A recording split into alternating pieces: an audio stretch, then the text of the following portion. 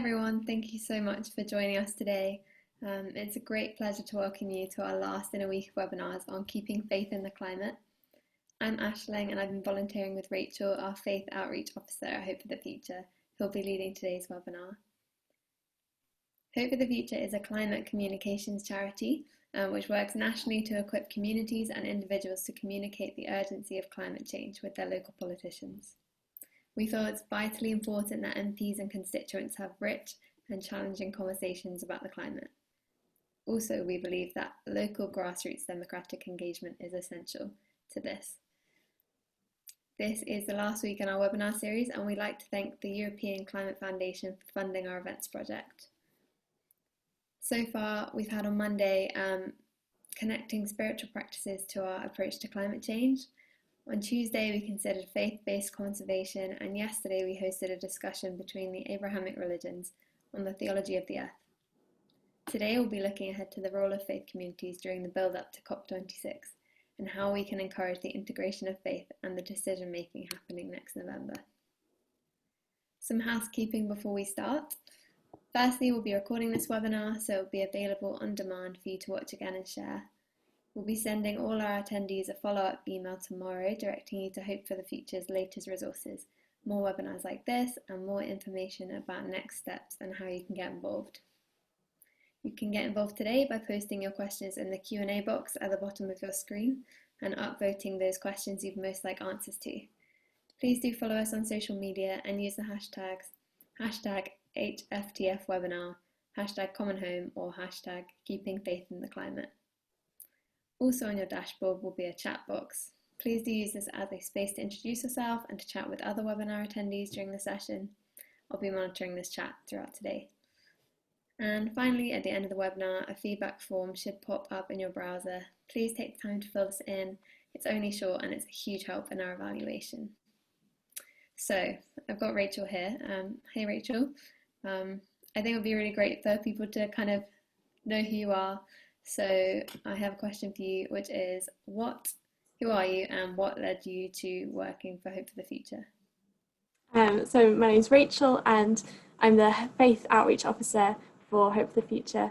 I started working here back in September, and before then I lived in London and I worked for an MP.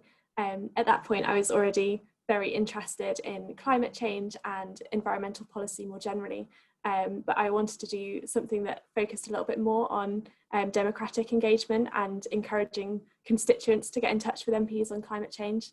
From being in the other side of an MP's office, it wasn't something that came up that often. So it's really great for me now to be working in this area and being able to do that. And I also approach it from a faith perspective myself. And so I kind of see that inside bit as well of engaging with faith communities that I'm part of on climate change. So yes, that's a brief introduction. That's great, thank you. So yeah, today we'll have a couple of different Q&A slots to break up the discussion as we go along, and Rachel will also be joined by Julia from HFTF. I don't know if Julia's here and she wants to say hi and who you are. Hi everyone, just to quickly say hello, my name is Julia, I'm the projects manager here at Hope for the Future. I've worked here about 18 months and yeah, I'd love to answer any of your questions about working with your MP, about COP or anything else. Great, thank you so much Julia. So yeah, firstly I'll hand back over to Rachel for the first part of today's session. Great, I'm just going to share my screen. You'll hear quite a lot of me speaking today, but we'll try and break it up as best we can.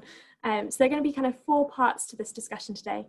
Firstly, we'll look at COP26, what is it, why is it important, and the role of the UK within that. And then we'll look at faith communities in particular and why they're important, and move on to what we can do as faith communities in the build up to COP26 happening next year and the support that Hope for the Future offers. So first of all, it'd be really great to get an understanding of where our attendees are at themselves at the moment. So a poll should be joining your screen very shortly, and it's going to ask you how much you already know about COP26. And when people have had an opportunity to fill that out, the answers should also come up.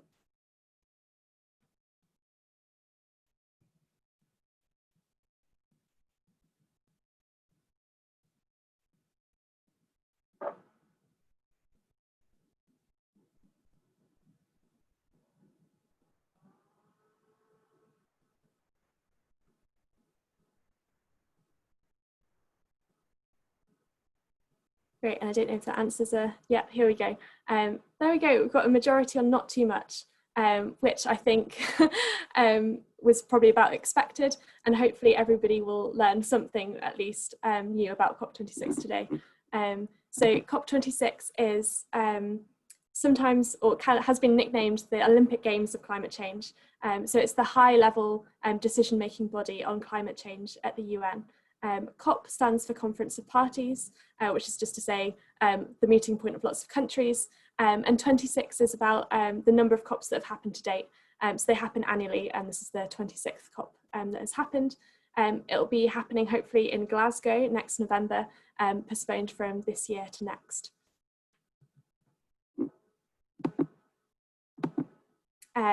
One of the important COPs that has happened previously was the one that happened in 2015 in Paris, which is COP21. And that was a real landmark turning in climate negotiations more generally. 195 nations reached a landmark international settlement where they agreed to hold the increase of the global average temperatures to well below 2 degrees above pre-industrial levels and pursue efforts to limit it to just 1.5 degrees. And it was a big shift in the way that climate negotiations had happened. So previously, they had tried to kind of allocate different countries the extent of emission cuts that they should make. Paris kind of reverses that. So there's this high level consensus around 1.5 and 2 degrees. But the way it works is by countries themselves submitting something called a nationally determined contribution, or NDC.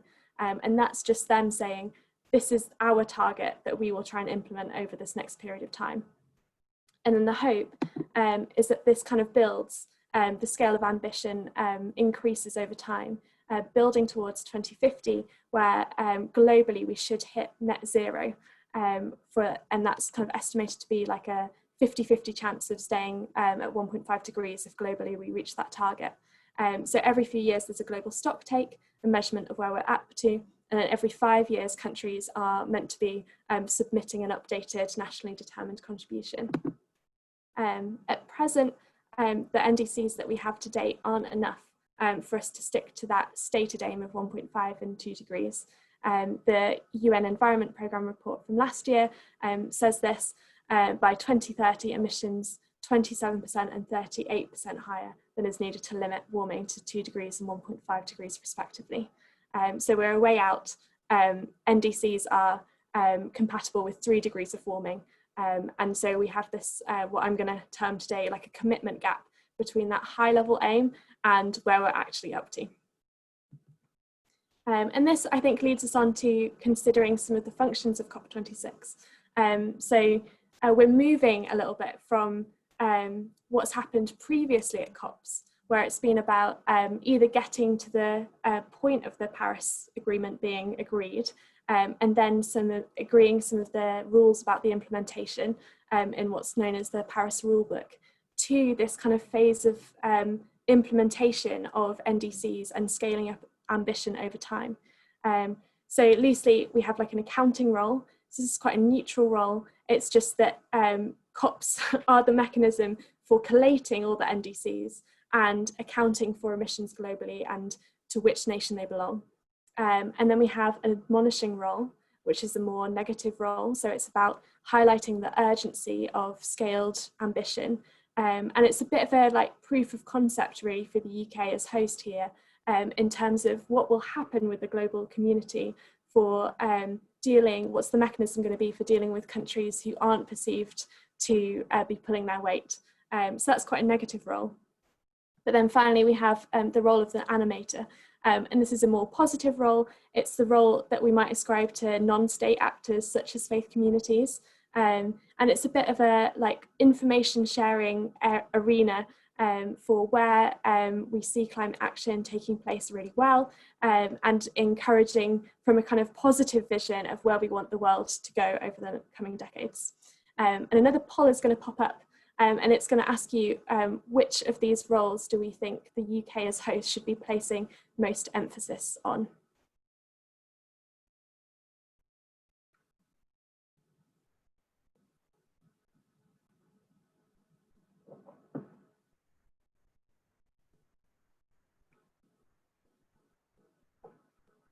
And there isn't necessarily a right answer to this, because actually the UK will have to play all of these different roles in COP.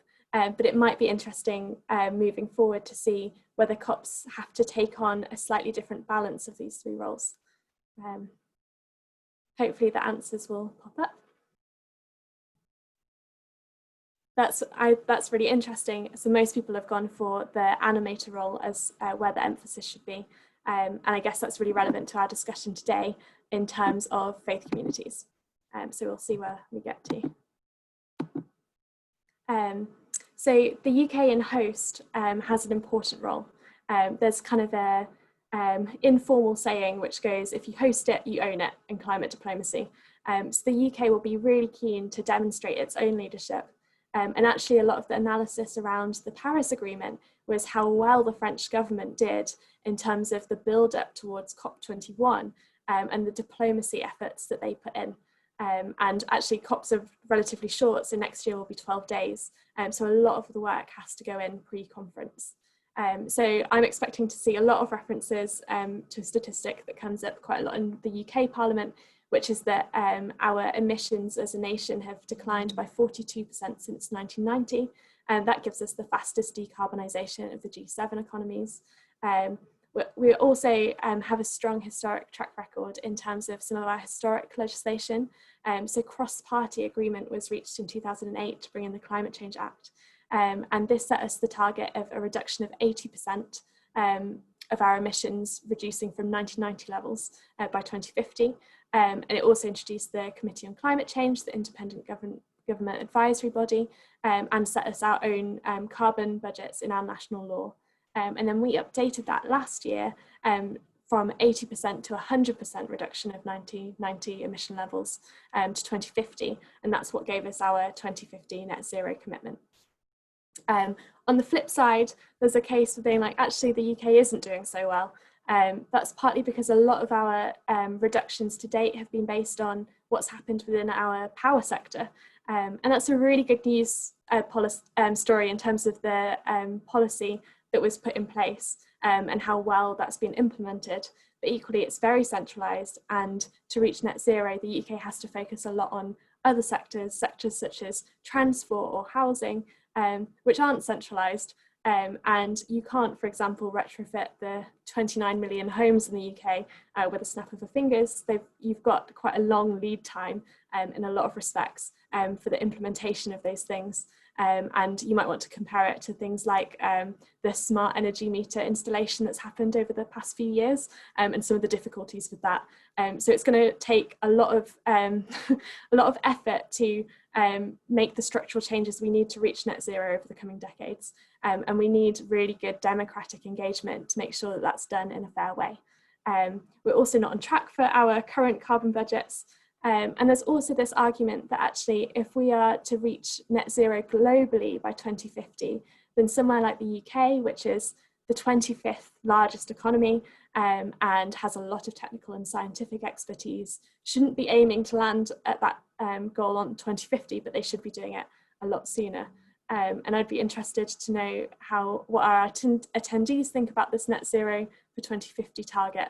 And there's a poll that's going to come up on your screens about now that asks you, should we be aiming for before 2050? And I suspect that we do have a slightly weighted audience today, but nevertheless, be interesting to see the results.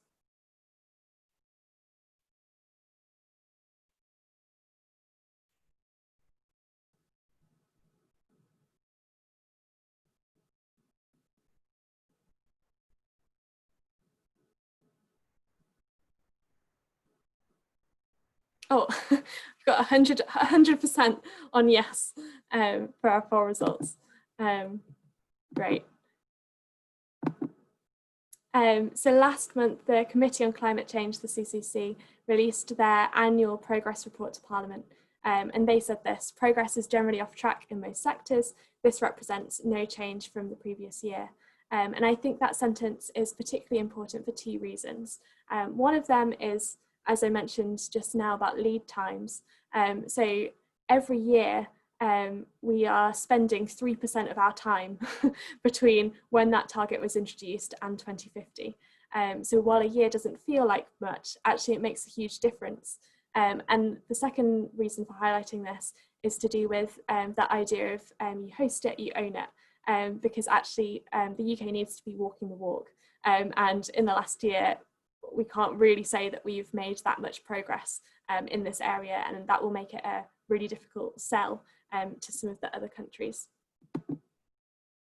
And that it also has this really great quote in this report: "It has never been more important for the UK to demonstrate strong climate leadership, both for the world's future and for the UK's standing within it." And I think that's a really powerful sentence, and one that can appeal to MPs in Parliament basically across the spectrum. And that leads us kind of to the end of this short first talk. This is Chris Stark, the Chief Executive of the Committee on Climate Change, and he talks about COP26 as a major milestone for the international effort. It's also the date by which the UK must have raised its own ambition with real policies and programmes to put us on a credible path to net zero by 2050. And I think this is really interesting for some of the work of Hope for the Future, because COP26 is an international body, and it is really important that it goes successfully next year. At the same time, we don't want to put too much emphasis on single events. Back in 2009, there was a COP that was hosted by Copenhagen, and a lot of people felt very disappointed from the outcome of that, but that can lead to a bit of paralysis. And actually, one of the main things we can do in the build up to COP26 is use COP26 as a mechanism for making sure that the UK government is held accountable over our own net zero target. I'm just going to stop sharing my screen for a moment and invite questions at this point. I don't know if Aisling and Julia might also appear on the screen back with me to coordinate that. Hi, so we have a few questions so far. Another one's just popped through. Firstly, for either of you, what is the significance of 1.5 versus 2 degrees? I can have a go at that, but I think Rachel might give a better answer.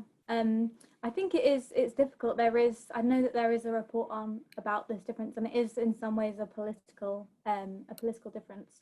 But there are some major milestones, I know, between 1.5 and 2 degrees that we might want to think about and use examples when we're talking with our MP. Yeah, Rachel, did you want to add to that? There's a very noteworthy report that kickstarted some of the XR protests, which came out just talking about the difference between 1.5 and 2 degrees.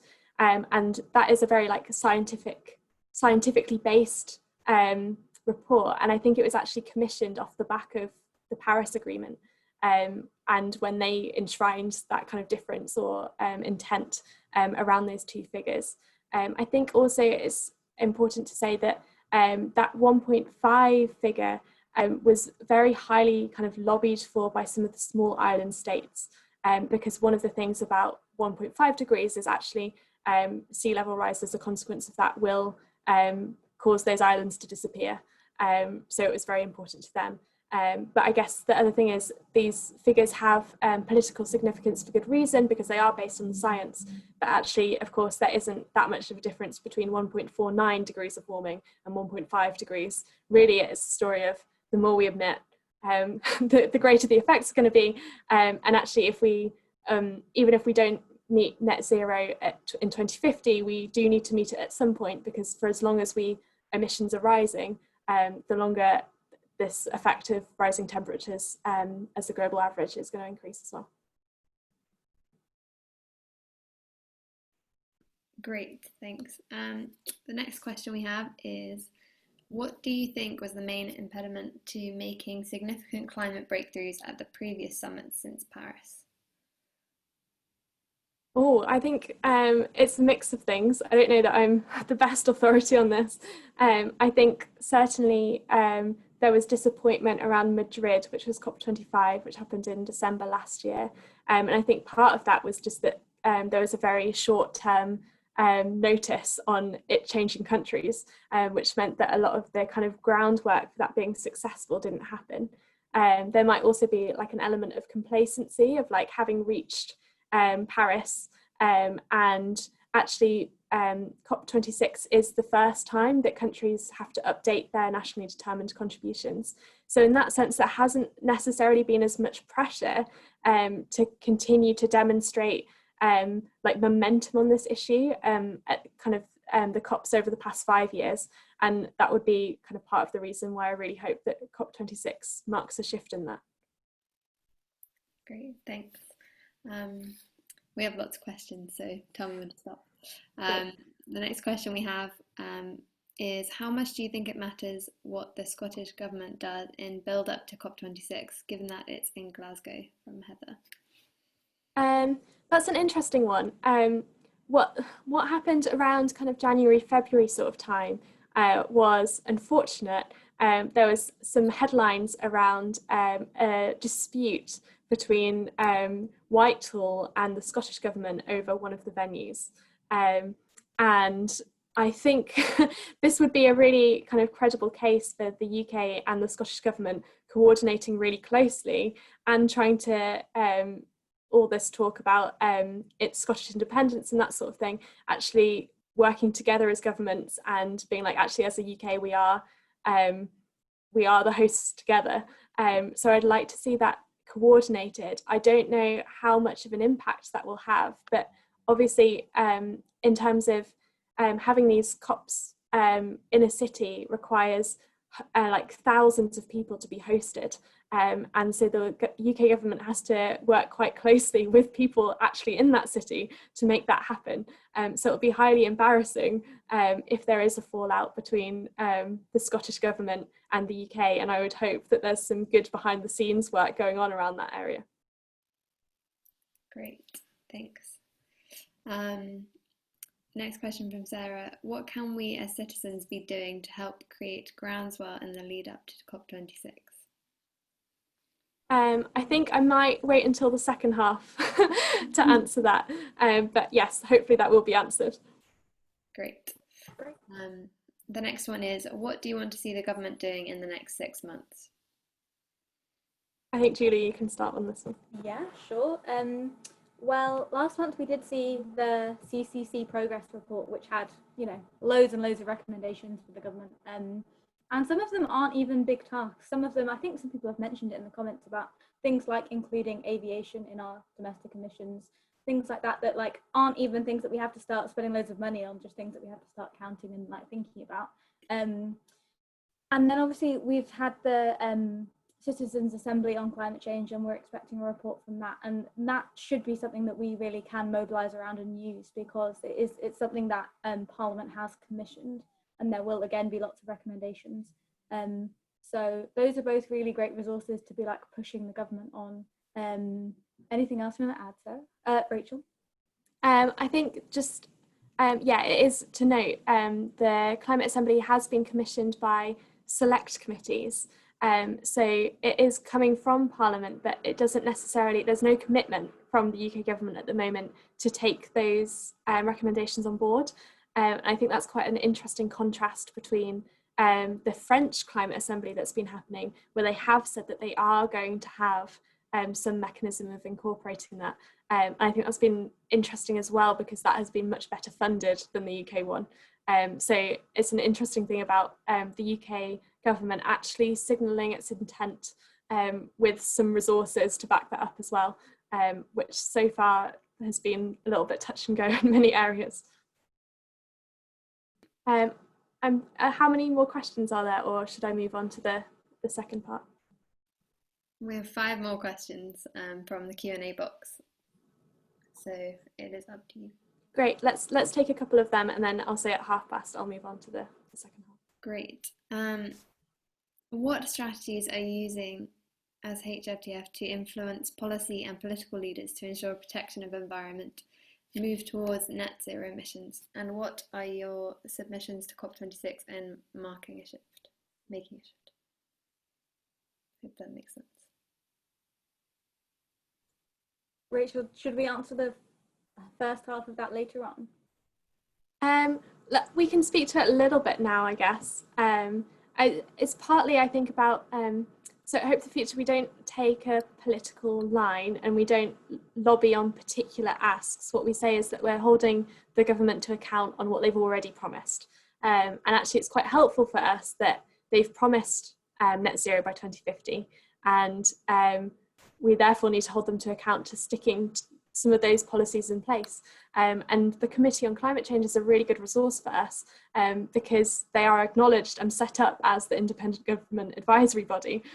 So you would hope that they would therefore follow that advice, given that they've got those experts in place. So we don't pretend to be those experts, but what we do try and do is translate that kind of high level analysis into different actions that individual MPs can take in terms of scrutiny within Parliament and within their local constituencies.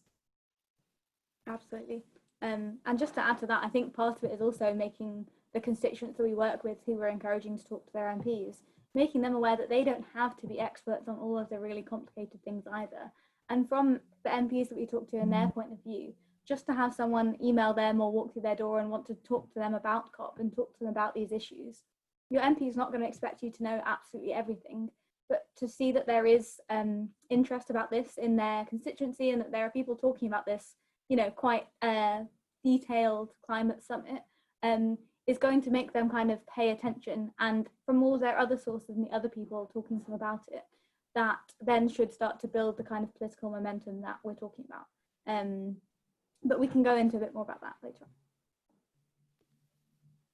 Great. And final question for now, from Jemima. How do you think COVID-19 has impacted COP? Is the delay to 2021 all bad, or are there some advantages? Oh, this is a really interesting question. So I think, overall, it's bad. However, I think it will be a really interesting thing to watch, I guess, about whether COVID pushes countries more towards global collaboration, which could be one outcome, is the importance of mitigating risk on a kind of collective basis, or whether it has the opposite effect and countries become more protectionist. I think that it's a little bit too early to call, and I think part of that will be what happens in kind of this next period of time. And there have been a lot of calls from different environmental groups around an idea of like building back better or making sure that recovery packages are green. But there's been kind of a mixed picture of that across different countries, even with the UK, in terms of bailouts, which don't have any kind of environmental aspects to them. And I think I might just briefly touch on the impact on emissions this year. So there are forecasts about emissions dropping from somewhere between 5 to 8%. And that's in line with the IPCC says over the next 10 years, emissions need to drop annually 7.6% year on year to have a hope of reaching 1.5 degrees. So some people could read that as a good news story, but it's not a good news story because that's really come as a kind of shock to the global system. It hasn't been planned. It's caused a great deal of suffering in many parts of the world, and even to people here in the UK. And I think it will make it harder to make emissions cuts which are done in a kind of fair, democratic way, as opposed to just as a result of a global pandemic, which isn't really what we wanted at all. So yeah, mixed picture. I don't know if Julia has anything else to add on that. Great. Happy to move on for now and then come back to some more questions later. Please do keep typing in your questions as we go through. Great. I'm going to share my screen again, and Aisling and Julia might just disappear off your screens. So I'm going to move a little bit more into talking about faith communities and what their kind of contribution is in the build up to COP26. So I think the one that people most often think of or bring up is an idea that faith communities bring a moral and ethical lens. And indeed, this is something that's the UN has said it themselves in their kind of dialogue with faiths, is that they bring a unique morality and ethical lens to the international movement on climate action. And I think that's very, I don't think that can be like I don't know, that can't be like underemphasized, because actually some of these international negotiations can get quite caught up in the kind of political aspect or the technical aspect of discussions, and actually faiths can be quite a good counterbalance to that, in bringing kind of a reminder that actually many of these faiths have global communities that go beyond national borders and national politics. So that's really important. A quote I really like is from Naomi Klein, who I think is best known for her book, This Changes Everything. And she has this really interesting point about people of faith having this belief in our capacity to change. I think that's very interesting, especially as we consider what happens when we don't think we have the capacity to change, which is basically a great deal of paralysis. And I think it also connects well to something that we spoke about or came up in our Tuesday webinar from Simon Marsh, the head of nature protection at the RSPB. And he was talking about conservation not as a scientific endeavour, I guess, but actually as something to do with human behaviour, and faiths being a really big part of that story. And I think also as part of that comes in this kind of pastoral element of faith communities being places which deal with traumatic events and other changes and have resources for those different emotions that accompany them, whether that's thinking about things like guilt or grief or forgiveness, and how those are navigated not just on an individual level but kind of corporately. And I think a lot of those resources are really important for our societies as they try and tackle the structural changes that are needed in the coming decades around this transition to net zero. Faith communities also talk about climate change from quite a holistic framing. This was a really interesting quote. This is from Lord Deben, who's the chair of the Committee on Climate Change. And he said this in the context of another discussion on GDP, I thought was really interesting. So he talked about Laudato Si, which is an encyclical that was released by the Pope back in 2015. And it has been kind of analysed as kind of like a good catalyst for the Paris Agreement, and a new understanding of climate change that is much broader than had happened before. And I think we've seen this shift again since. I guess the UN Sustainable Development Goals have an understanding that actually environmental protection is quite foundational to human well-being in a more general sense. And faith communities both have that concern about human well-being in a general sense and are themselves very people-centred. And to bring this back to kind of a UK context, this is Rebecca Willis, an academic based at Lancaster University. She's also been involved in the Climate Assembly that's just happened and wrapped up. And one of her papers analyses the speech that happens in the UK Parliament around climate. And she says that politicians just don't talk about people when they're talking about climate change. And she kind of compares this to a baseline of like economic debates, which you'd expect would, if you're going to say that anything's technical, then maybe like economic policy would be a good candidate. But even there's more talk of individual people and groups within society and the impacts of changes to them in a way that is absent from our debates on climate.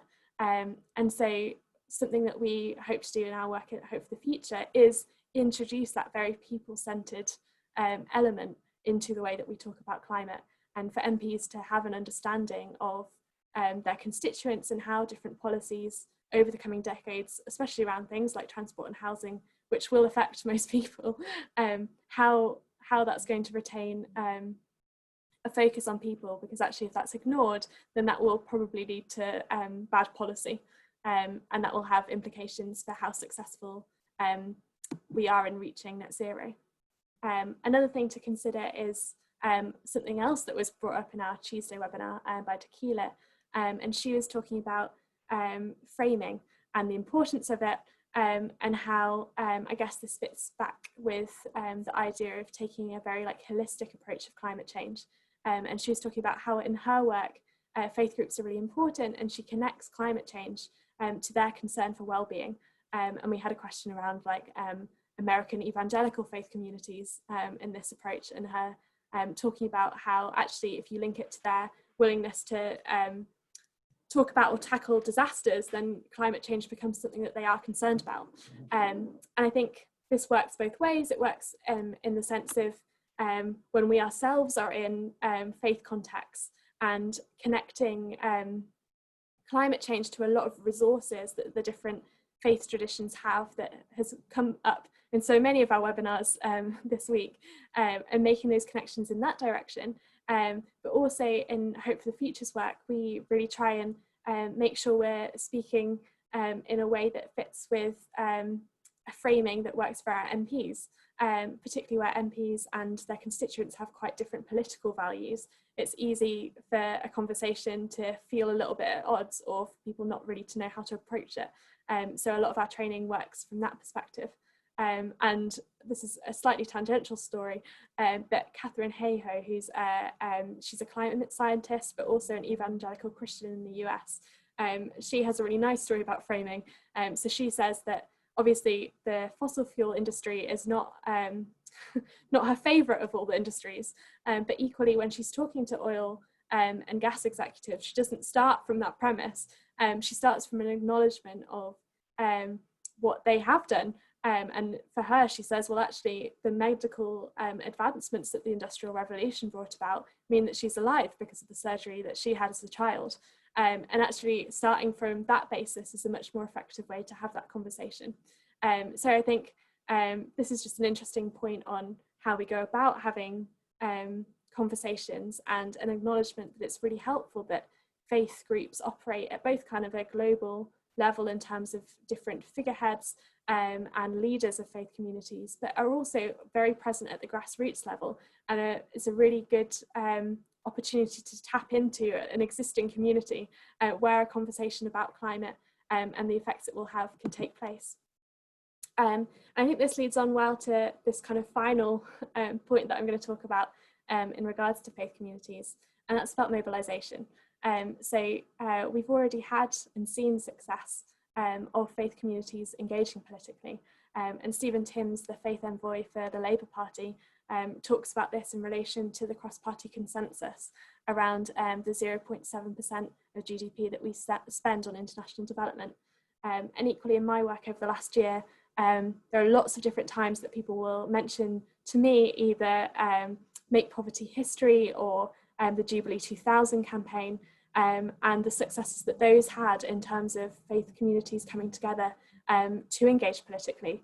And I guess from my perspective, I would connect that to climate change and the parallels that that has in terms of kind of an international justice angle. And I think there's a case to be made, therefore, that in the run-up to COP26, we should be aiming to have a similar mobilisation of UK faith communities coming out in support of our domestic action on climate change, and the UK taking really seriously its commitments as hosts of COP26. And I know that's a lot of different angles to approach this from in quite a short space of time. Another poll is going to come up, and I think it will be a little bit difficult for some people to answer, but you can just treat it partly as a recap of everything that I've just said.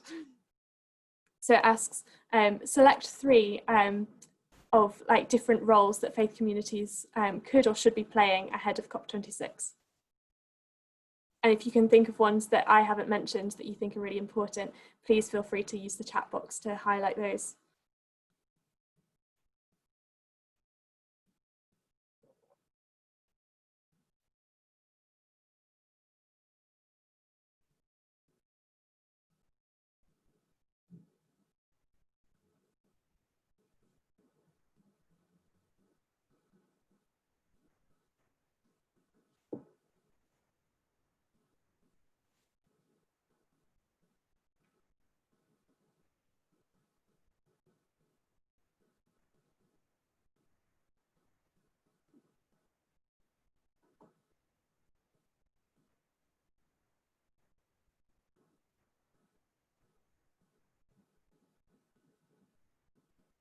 And I guess the answers might be appearing quite shortly. Oh, really interesting. Mostly a very even spread across those different things, which is really interesting to see. Thank you for filling that out. And yes, I can see the chat box pinging in the corner of my screen, so I trust that there's a good conversation happening there as I talk. And that leads us into what we do at Hope for the Future. So really it's quite simple in some respects, because we help support people through that process of meeting with an MP, which all you have to do is set up a date, and then Hope for the Future helps with that preparation stage, because actually we appreciate that the kind of high level analysis of the Committee on Climate Change's reports and that sort of thing can be quite difficult to access, and can be very difficult to translate into your local area and your local MP and what you can ask of them. So we offer training on how to hold a conversation and how to do that well, and we will take off the burden of doing research around your MP's interests by writing up a little briefing and including the asks that you can present at a meeting. And yeah, we can answer all the questions around that and even attend the meeting with you. And actually, in these days of Zoom, that can be even easier because you don't even have to leave your own house to have that conversation. And then finally, we'll help with follow-up. And I really like this photo from one of the meetings we facilitated last year, prior to COVID, as you can see, with Oliver Dowden, who you might recognise as the present culture secretary.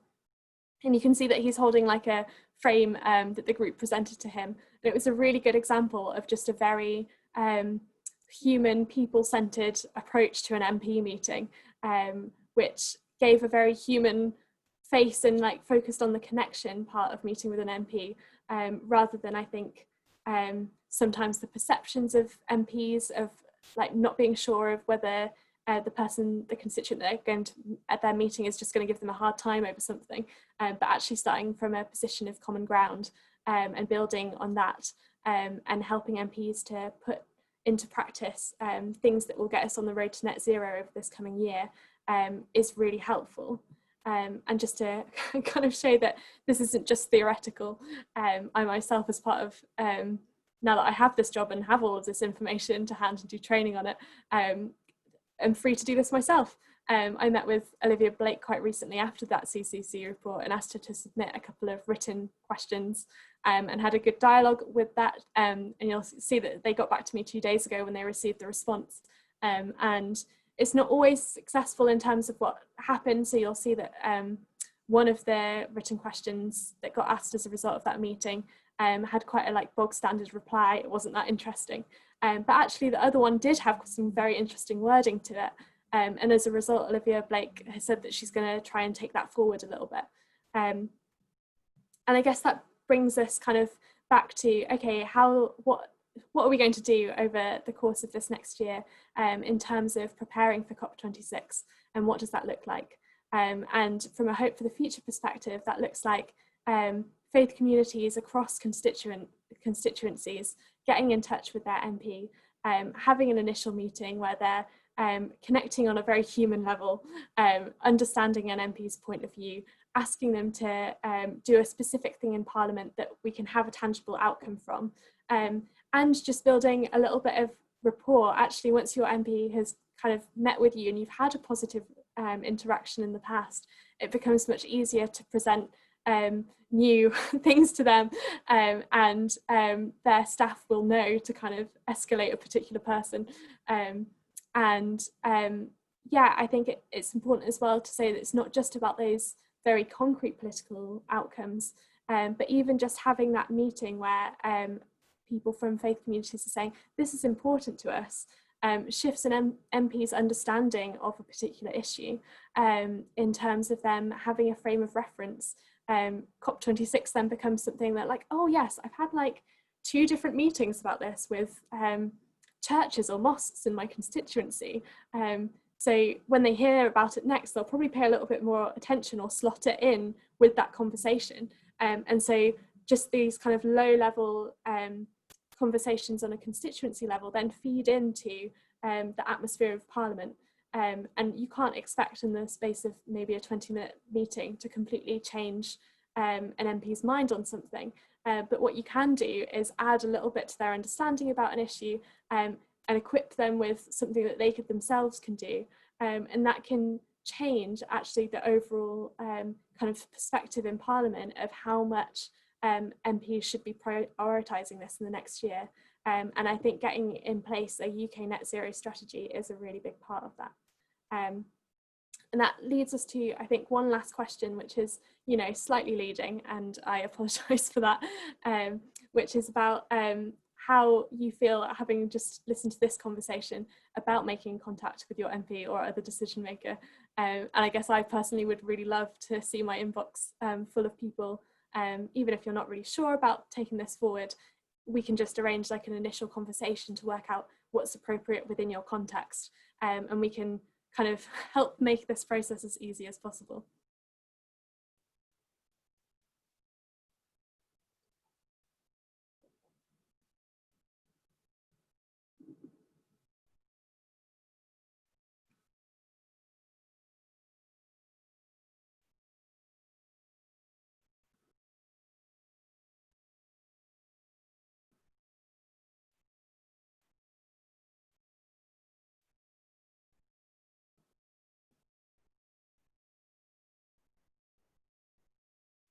And I'll just wait for the answer. Oh, yes. Half of you are going to email me. I'm really looking forward to it. Please do that. It'll be really nice outcome for us. And I'm just going to stop sharing my screen, and then we have time for more questions.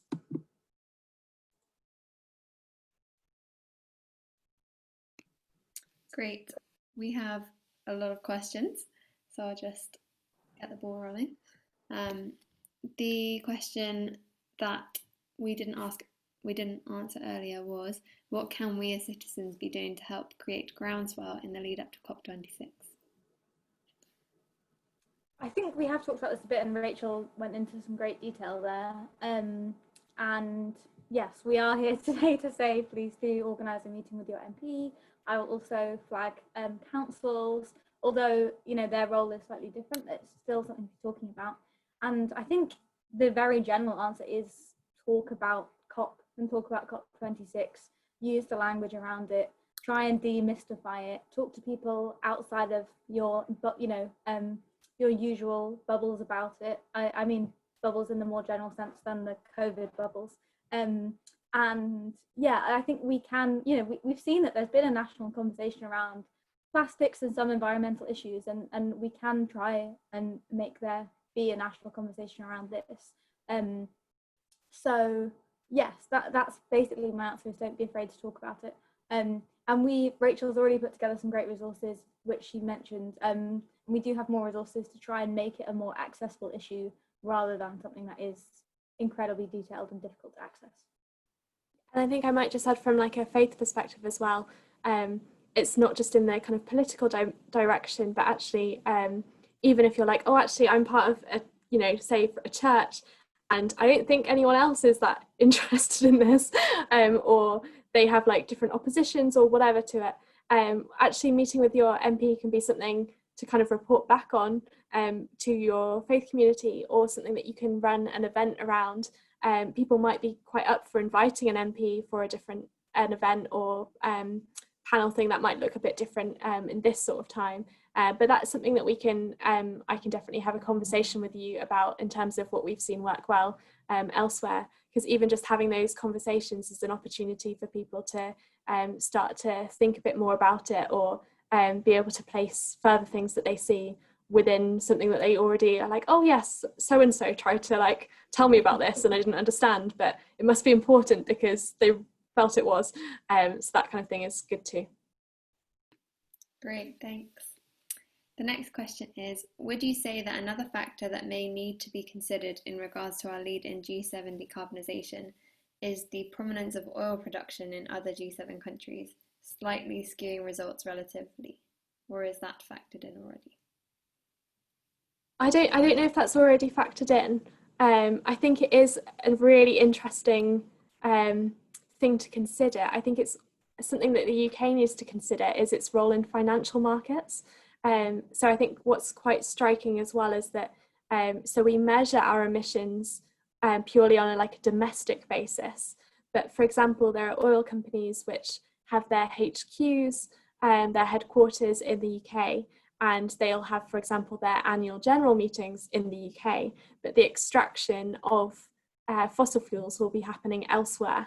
And so that, I think, is a really interesting, maybe slightly less applicable conversation, but about the role of G7 countries in other areas and how we account for who is profiting and registering the profits of fossil fuels versus which are the communities that are impacted by the extraction. But perhaps that's not a conversation for right now. Great, thanks.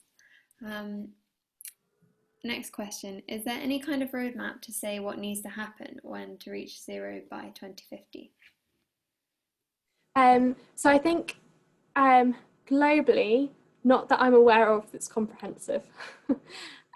What is comprehensive in the UK is the Committee on Climate Change, and they have set out exactly which policies we need to reach net zero.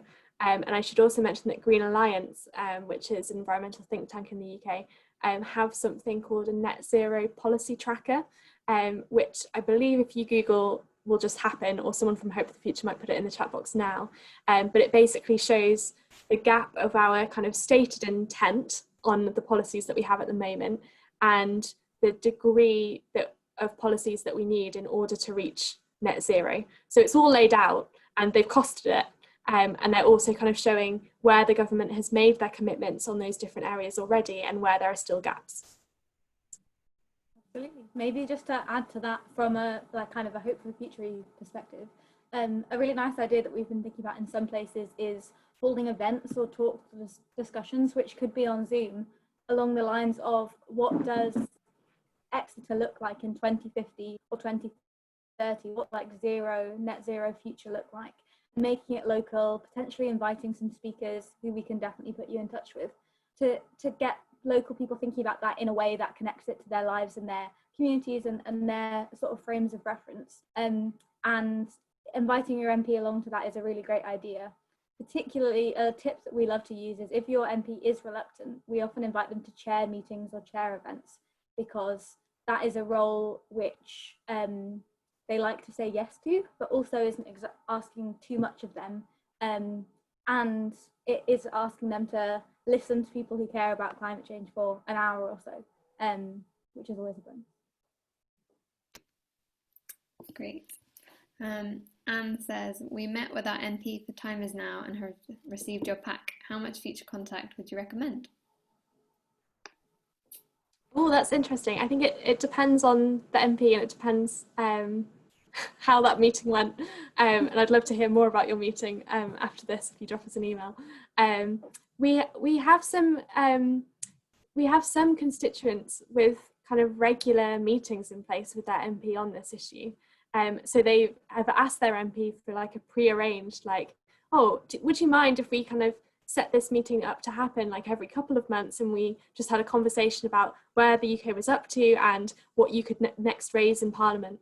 So there's that approach of kind of setting that in kind of as a standing arrangement, and then if you ever like needed help with being like, oh, I don't know how to update them this time around, then we could help with that. But there's also a kind of like I would probably say maybe like every few months or every time you see something happening, getting in touch with them and being like, oh, this is happening. We'd love you to come to this, or oh, we saw this in the news and we wanted to tell you about it and we wanted you to ask this in Parliament, or this sort of thing. I don't know if Julia has any other thoughts. Yeah, absolutely. I think everything that Rachel said is absolutely true. It's also worth, sometimes, you know, MPs are very busy, but if you can build up a relationship with their staff, it might be that you could send the odd email to the staff and make it a two-way thing. If there's something happening in your parish or in your faith group that is a nice thing for the MP to include in their newsletter, or even just something to kind of show that it's a two-way thing and that you're doing things as well as asking for things from them, then that can be something that can be flagged to the MP without it having to be as resource and time intensive as a whole meeting. So I just say that there are different forms of communication. And the final thing on that is, if you are somebody that uses social media, a very short tweet or anything like that, a comment on a Facebook post, especially if you can find something positive to say, does the world of good in your relationship with your MP. We also Hope for Future works across different projects, and so some of the things that we've done before is a constituent has had like their own meeting as part of like a faith community or something like that, but then we've also run, for example, a school workshop with that same MP, and so you could have that approach in terms of helping your MP engage with lots of different groups within your constituencies that go beyond just your contact with them, but kind of demonstrate kind of a broad coalition of support for them taking action within Parliament on this issue. Great. Any more comments on that? I saw somebody's message just to say you can overwhelm your MP if you're not careful, and that's definitely true. There is a level there, and if your last 3 emails have been ignored, then I'd say, wait a little bit. But that being said, I think, I guess what we're trying to say is sometimes it's not a bad thing to communicate and make clear in your communication that you don't need a response or an action this time. You're just flagging it if they did have the time or opportunity to use it, rather than asking for things all the time. So it's just finding that kind of two-way balance. But MP staff can be really, a good tool there. Great, thanks. Next question. I will try to sum up.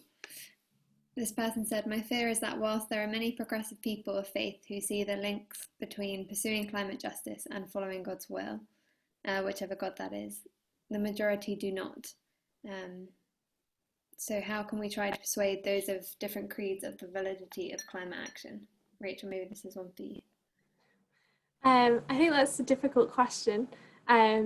Something that I think I might come back to what Dakila was talking about in our Tuesday webinar, about finding the frames of reference that already exist to relate that to things that people are already caring about. Some of that might be a little bit of, I don't know, there are resources out there about frequently asked questions that people talk about. So in a faith context, that might be like, oh, but this world, I don't believe that this world will be around after the end of time sort of thing. So what's the point of caring for it? Or someone might have worries about oh, isn't this a very niche issue or quite a middle class issue or that sort of thing. And there are resources for tackling some of those questions in a kind of friendly dialogue and conversation. But actually, a lot of our faiths have a really rich theological resource to draw upon. And I'd really recommend rewatching yesterday's webinar for some of those ideas around that. But I know there are other resources that exist, but I guess also some of it is a slightly slower process, and it is a process of honest engagement and good conversation, and that can be hard. Yeah, absolutely. I think, as Rachel said, it is, and our kind of whole Hope for Future approach is about meeting people where they're at, and that can be a really difficult thing. Sometimes we talk about this 5-step scale where 5 is where you care about an issue more than anything, and it's really what you want to do, and 1 is that you don't. And if you're a 5 and it's the thing that makes you wake up in the morning, it can be really hard to take all those steps back to meet someone who is a 2 and just you don't feel like you're on the same wavelength. Even if you share a faith or have some things in common. And so it is trying to find ways to have that starting conversation and engage and build trust and that kind of commitment from the other person to just check into the conversation. That's what we find so often, again, is that people could have hour-long meetings and be saying things the whole time, but if they never made the effort or took that time to build the common ground and make the other person want to engage and want to listen, you can talk for an hour and get nowhere. So yeah, it really is about just trying to meet somewhere to begin with, establish a common ground, and build from there. In our training, we mentioned a book called Never Split the Difference by Chris Voss. I'll type it into the chat box. And that's written by a hostage negotiator, and that's where we get some of our things and our techniques from, because yeah, you can imagine how difficult those conversations are. So that book gives some really great tools. Great, thanks. Do we have time for some more questions? Maybe just one more, but then we are over 5, so we'll call time. Okay, wonderful. Heather asks, have you any advice on asking MPs to submit a written question? What sort of questions can we ask? So written questions are questions for information. So they are not party political. They are to ask a department or a Secretary of State to go and find something out. But they, so you can base them off of news items or things that you see happening. And you're like, actually, I wonder if there's a bit of information that would be really helpful here. But actually, equally, it is quite difficult to put them together. So that's why we exist, to be on hand for support like that. But I would also recommend you can go and find out all the previous written questions that have ever been asked. And they're a good model for like the sorts of phrasing that's used and what's been asked before and the kind of variation in answers that you get back. And we really like them because it puts an MP's name on record as having asked on a particular area. And because people will look them up, it's an interesting thing for like organisations looking to get different MPs on board. If they're seeing that an MP is asking a lot of written questions on something, they'll probably make an approach to that MP and say, oh, we see this. Can we talk to you about this conversation? Great. Absolutely, I have nothing to add to that. That's a great summary. And just the bottom line is, if you would like any help, please get in touch with us, because we see writing written questions as something of a sport that we'd love to help with.